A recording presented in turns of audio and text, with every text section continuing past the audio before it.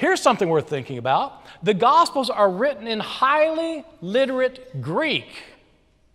They're written in highly literate Greek by educated Greek-speaking Christians living 40, 50, or 60 years later. They weren't eyewitnesses. Where does Mark claim to be based on Peter's testimony? He doesn't. Where does Matthew say that he's basing his Sermon on the Mount on an eyewitness? He doesn't. These are people who have heard stories about Jesus. They're living outside of Palestine. They don't speak Aramaic.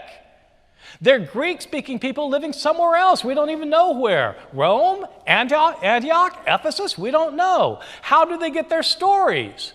Well, how does anybody get the stories in Ephesus about things that happened in Palestine?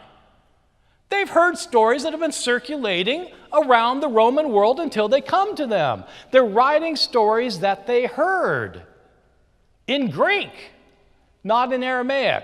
40, 50, 60 years later, of course there are differences in the Gospels. Think about who wrote these things.